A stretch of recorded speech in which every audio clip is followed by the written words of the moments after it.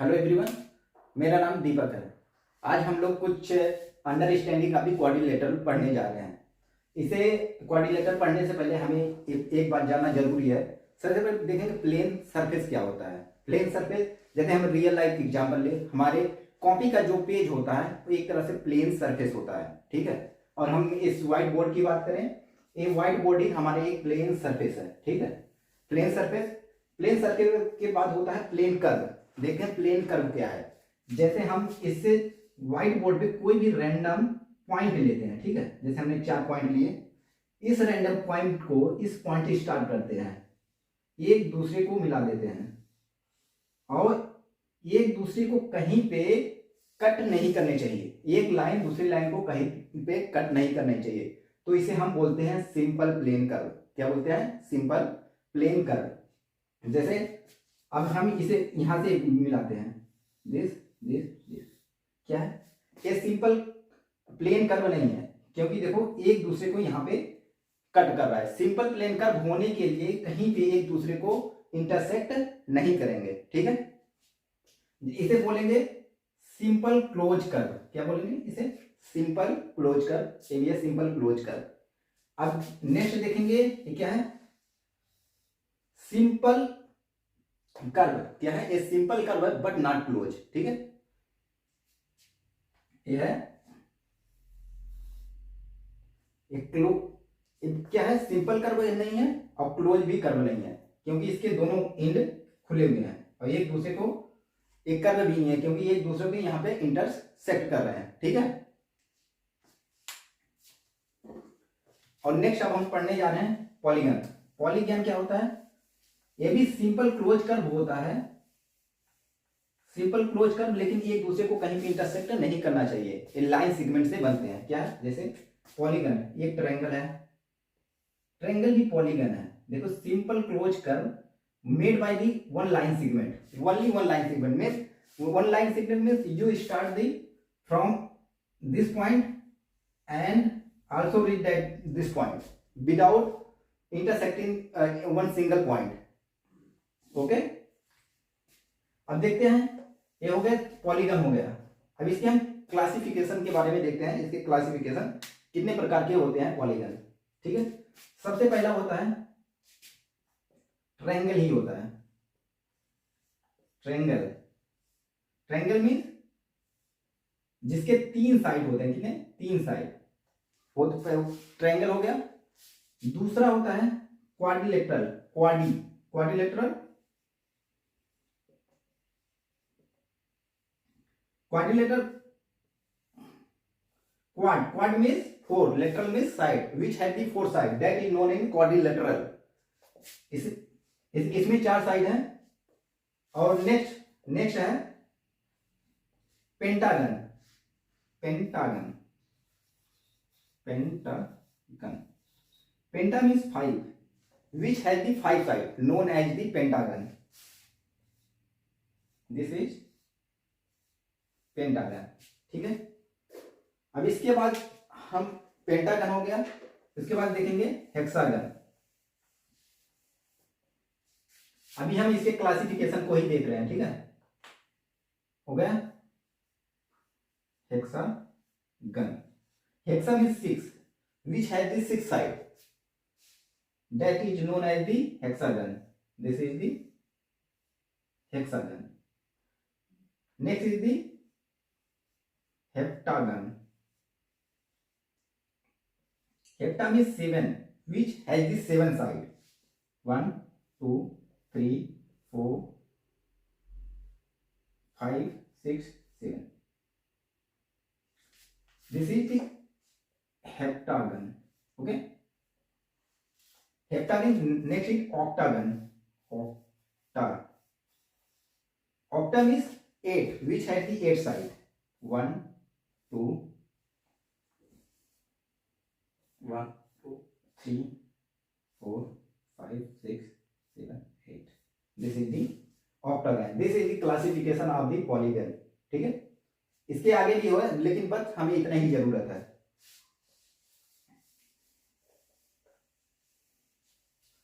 अब देखते हैं डायगोनल। डायगोनल, डायगोनल क्या? जैसे हम डायगोनल क्या होता है, किसी भी पॉलीगन के, जैसे पॉलीगन है हम क्वाड्रिलेटरल ले लेते हैं और इसे लेबल कर देते हैं ए बी सी डी। इसके अपोजिट वर्टेक्सेस को मिला देते हैं, क्या है, इसके अपोजिट वर्टेक्स को मिलाते हैं। ए को सी से मिला दिए, बी को डी से मिला दिए, क्या हो गया है, ये हो गया डायगोनल। इसके दो डायगोनल होते हैं, ठीक है। जैसे हम नेक्स्ट ले लिए पेंटागन ले लेते हैं, ठीक है। पेंटागन देखते हैं पेंटागन में कितने डायगोनल होते हैं, ठीक है। अपोजिट वर्टेक्स ए बी इसके अपोजिट है, एक हो गया, इधर हो गया दो हो गया, ये हो गया तीन हो गया, ये हो गया चार हो गया, कितने हो गए, हाँ इसके हो गए डायगोनल हो गए, ठीक है। इसी तरह हेक्सागन हेप्टागन सब में इसके डायगोनल निकाल सकते हैं। बेसिकली यही होता है डायगोनल। अब देखते हैं कॉन्वेक्स पॉलीगन क्या होता है।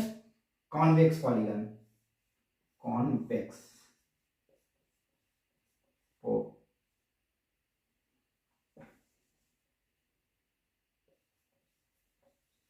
कॉन्वेक्स पॉलीगन, कॉन्वेक्स पॉलीगन वो पॉलीगन होता है किसी भी पॉलीगन का जो internal angle, every internal angle is less than 180। जैसे जैसे हम ये ले लेते हैं, ये है quadrilateral A B C D, ठीक है। क्या है, कॉन्वेक्स पॉलीगन है। जैसे हम पेंटागन ले लेते हैं, ए बी सी डी ई, क्या है, इसके सभी इंटरनल कोई भी एंगल हो जो भी है, सभी एंगल लेस देन 180 है, कोई भी 180 से ज्यादा नहीं है, ठीक है। ये हो गया कॉन्वेक्स पॉलीगन। अब इसके बाद हम देखते हैं कॉनकेव पॉलीगन।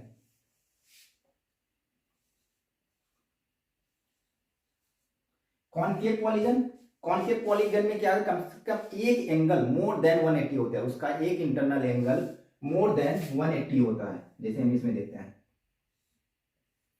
ए बी सी डी, क्या है, ये एंगल मोर देन 180 है। रेगुलर पॉलीगन, ठीक है। रेगुलर पॉलीगन क्या होता है, रेगुलर पॉलीगन में उसके every side and angle equal होते हैं, every side and angle equal होते हैं, क्या हो जाएगा, तो रेगुलर फिगर हो जाएगा। जैसे हम ट्रायंगल की बात करते हैं, एवरी साइड ए साइड ए साइड ए साइड इक्वल है, एंगल भी इक्वल है, तो इसे क्या बोलेंगे, यह है इक्विलेटरल ट्रायंगल। क्या है, इक्विलेटरल ट्रायंगल। हम फोर साइड फिगर की बात करें, ए बी सी डी, इसके इक्वल इसके इक्वल इसके इक्वल, एवरी साइड है equal length and every angle is 90। तो इस फिगर को क्या बोलते हैं, स्क्वायर बोलते हैं। स्क्वायर बोलते हैं इसे स्क्वायर। तो क्या है, एक तरह से रेगुलर फिगर है। जैसे हम हेक्सागन की बात करें, हेक्सागन हेक्सा, इसे क्या बोलेंगे, रेगुलर हेक्सागन, रेगुलर हेक्सागन। इसके सभी साइड इक्वल हैं और सभी एंगल इक्वल हैं, इसे बोलते हैं रेगुलर हेक्सागन, ठीक है। अब हम लास्ट देखते हैं angle sum of the property, ठीक है। इसे देखने के लिए हम ट्रायंगल से चालू करते हैं, ठीक है। हम कोई ट्रायंगल ले लेते हैं, ए ट्रायंगल हमने ले लिया, मानते हैं ए है बी है सी है, हम लेते हैं, इसमें देखते हैं angle A plus angle B plus angle C equal to 180 होता है। किसी भी ट्रायंगल का इंटरनल एंगल का सम 180 होता है। अब इसकी हेल्प से हम किसी भी पॉलीगन के इंटरनल एंगल का सम निकाल सकते हैं। अब देखते हैं इसके, कहीं साइड में लिख देते हैं, ठीक है। A B C, angle A plus angle B plus angle C equal to 180, हम इसे यूज करेंगे, ठीक है। अब हम क्वाड्रिलेटरल की बात करते हैं। क्वाड्रिलेटरल की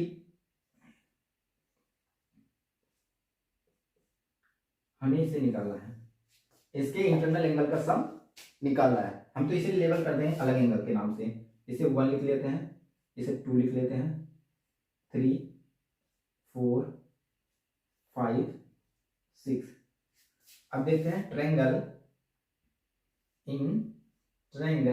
ए बी डी में, ए बी डी में, ठीक है। क्या है? Angle 1 plus angle 2 plus angle 3 कितना होगा? 180 होगा। इसे इक्वेशन 1 मान लेते हैं with the help of this, ठीक है।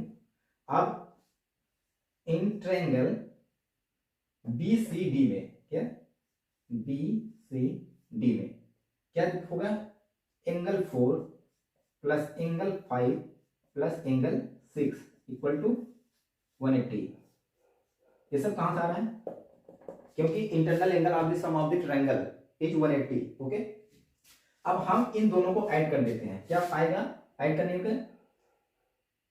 Angle 1 plus angle 2 plus angle 3 plus angle 4 plus angle 5 plus angle 6 plus 180 plus 180 equal to कितना हो गया? 360। ठीक है, तो इसे हम ऐड क्या करेंगे? Angle 1 angle A 2 plus 4 2 4 angle B angle 5 means angle C angle 3 and 6 में एंगल डी। ये कितना हो गया? 360। तो कितना अब हमें क्या है? क्वाड्रिलेटरल के इंटरनल एंगल का सम कितना होता है?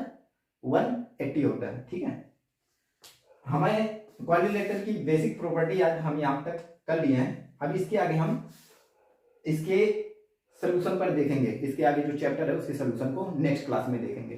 Thank you.